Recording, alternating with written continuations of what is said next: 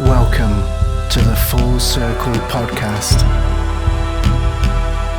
with Julie, Glenn and Phil. Exploring and expanding the consciousness.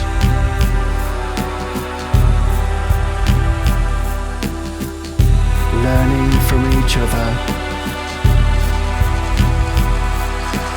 We discuss and explore our journeys of spiritual development. You are now tuned in to the Full Circle frequency.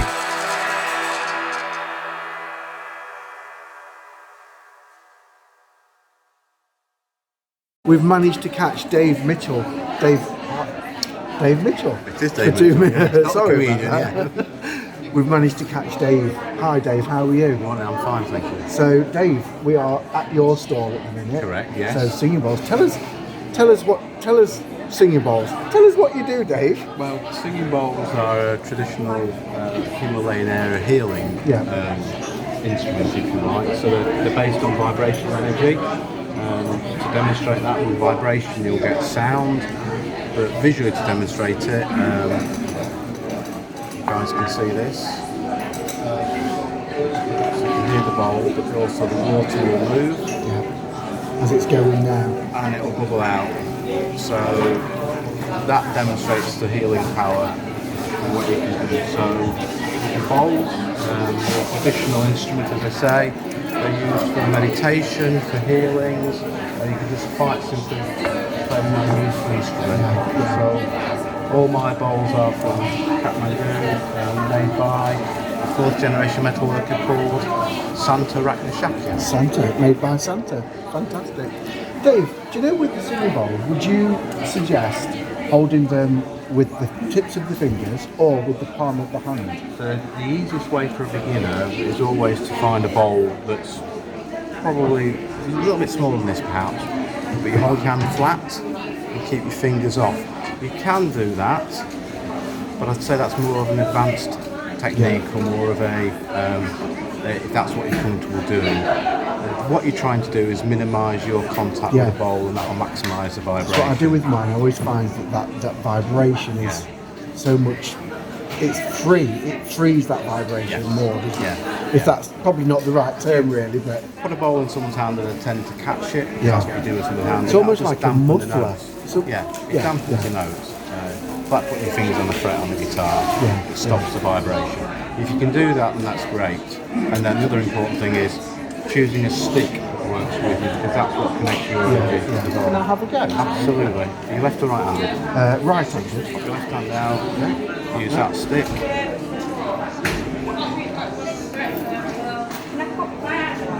So you start to feel the vibration and you build it, but if you've never played one before... that's really sad. I don't know if that's picking that up then, is it? But... I always relate it to when you learn to drive and you have to do a hill start for the first time. It's a bit of balancing 2 or 3 things. The less you think about it and the more you try and do something different, the more you'll react to the bowl and the bowl will react to you. I'll just leave that going for a bit while I'm holding. Your arm will probably get tired first. Can I ask you, Dave, about your own spirit? Do you have a spiritual background yourself? I've worked commercially and then I got made redundant and woke up the next morning and decided I was going to have a hobby that paid the bills rather than a job. Never worked for anybody. And I already worked with Singing Bowls, and I just decided that would be my vocation. Although I was already doing it, that would be the focus of what I wanted to do. So we talked about being grateful, so each morning now I'm grateful that I can open my eyes, get out and do events like this. Facilitate introducing bowls to people. So whilst I can do sessions, sound baths and healings, I noticed there's very few people out there doing bowls on face-to-face. So my website even says don't buy off the website. It says put a bowl in your hand and you'll notice it. Perfect. Thank you, Dave. I won't ask you what you're grateful for today. You've just told us. If there's one thing that you could teach the world, everybody in the world, what would you teach them? Patience. Good one. Everybody needs that. Fantastic. Thanks, Glenn. Thanks, Dave. It's been a pleasure. I have just caught Alex. Literally. Hi. Thank you. You're welcome. Alex did not know she was doing this, and she literally just walked in. She's not even taken the coat off. I've literally just walked in 2 minutes ago. Alex, it's so lovely to see you. I didn't realise you were coming, but it's really nice to see you. You too. Can you tell us, so we are interviewing as many people as we can over the weekend. Can you tell us a little bit about your own spiritual journey? And I know what you do, so if you want to talk to us about Fierce by Alexandra as well, right, yes. that'd be perfect. That's like my shadow side. Yeah, okay. So do you want me to look into the camera when I'm saying this? I don't know where to go look. on, look at there. Look right there, look. Okay. So I have always been kind of in tune, and years ago I went to a psychic medium night when my Achilles had ruptured, so I was not feeling my best, feeling a bit down, and I went to this psychic night, and I really wanted my granddad to come through to me, and I'd seen him at the bottom of my bed when I was in hospital, and I really wanted to speak to him. I thought he was my guardian angel anyway, but I was a bit on the fence with everything, so I went to this night, and he came through to me and talked and spoke to me, and it just kind of affirmed that there was something there, and what I was feeling was real. So kind of got into things a little bit more, and then as lockdown hit, I always knew I liked reading cards, and I was into kind of intuition, and I knew that I had a good intuition with people anyway, but as lockdown hit, I got into it more, and the more I went out in nature, and more things were happening, and I knew things were going to happen because I see a lot of future things. I specialise in guidance and future, that's kind of my thing.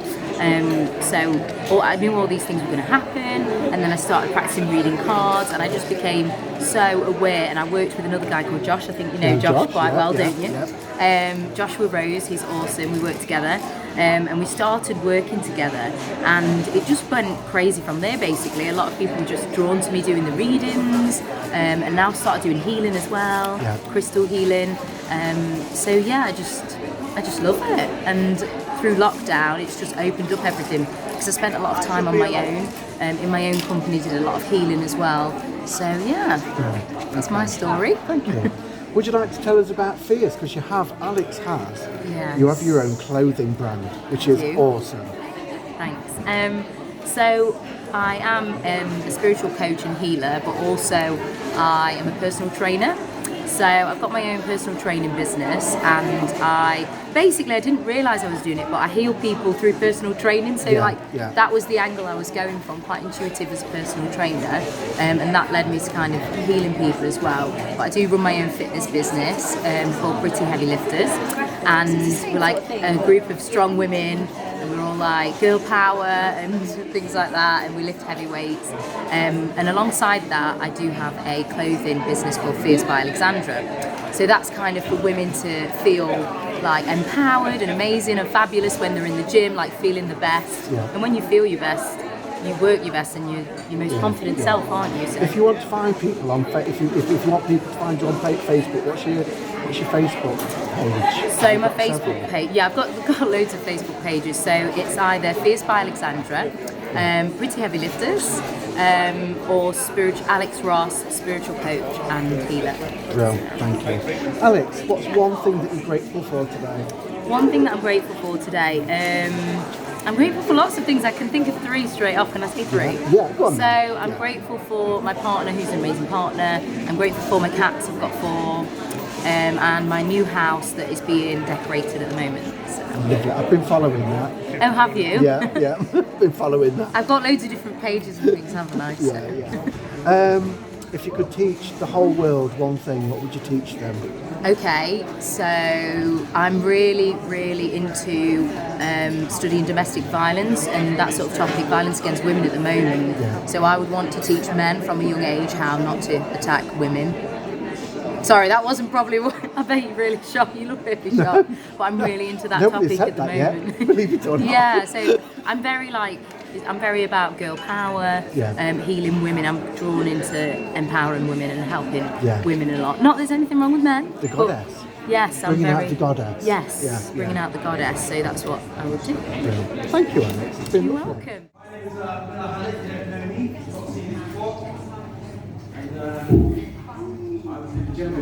yeah, I'm based in West African teaching. I've been taught by two West African teachers. One is called Nancy Keita, he's no longer in this country, he's gone back to Guinea. And the other one is called Ansamana Bakayoko, he's in Leamington Spa.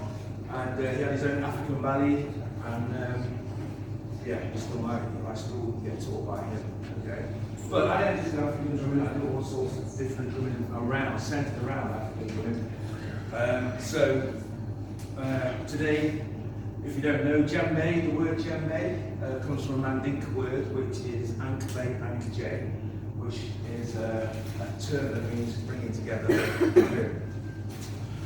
We're going to be working with a rhythm called Sinte today, which is from the Nali people, which is a people from the Boken region in Guinea.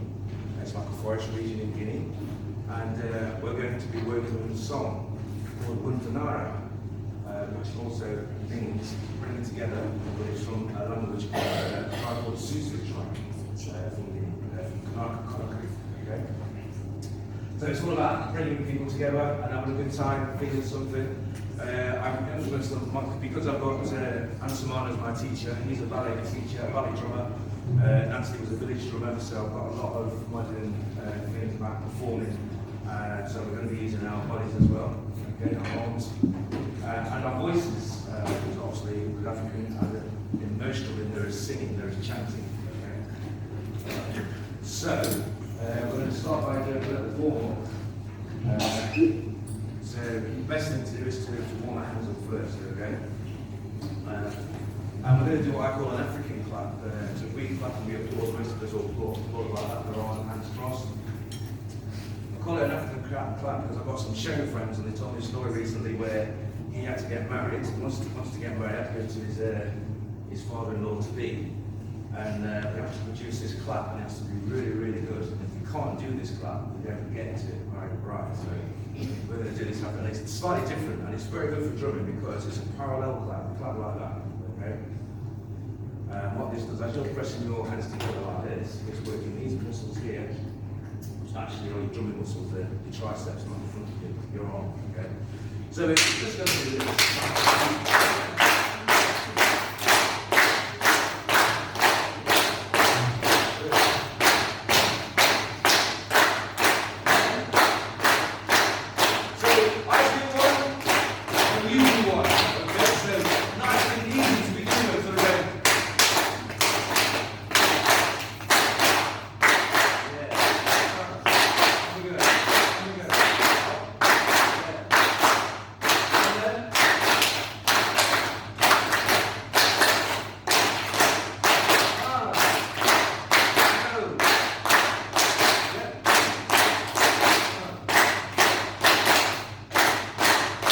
Good. Okay, so you sit down and you feel this thing. It's even better if you stand up. Okay, so when we stand up, I know it's early in the morning, but it's all good. Unfortunately, I'm 24 hours, man, so anytime somebody gives me a drum, it gets a bit energetic. So, this is going to help us, not only just to warm our hands up, it's going to get us used to rhythms that we're not used to rhythms within ourselves, the metronome within ourselves, yeah? So I'm going to ask you to just kind of walk. We do this. Go 1, 2, 1, 2, 1, 2, 1, 2, 1, 2, 1, all at the same time. That's nice, yeah. And then we do a class. We go 1.